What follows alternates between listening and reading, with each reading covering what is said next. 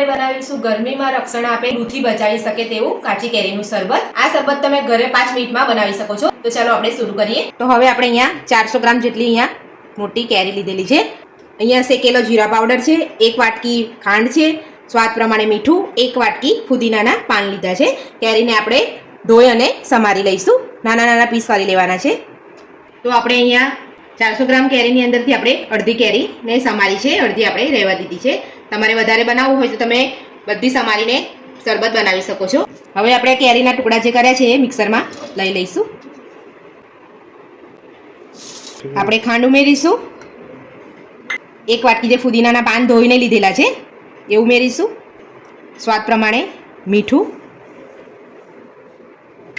શેકેલા જીરાનો powder લીધો છે મેં અહીંયા 2 મોટી ચમચી। થોડું એમાં આપણે પાણી ઉમેરવાનું છે, એમાં ઠંડુ પાણી ઉમેરીશું, 1.5 ગ્લાસ જેટલું આપણે ઠંડુ પાણી ઉમેરવાનું છે।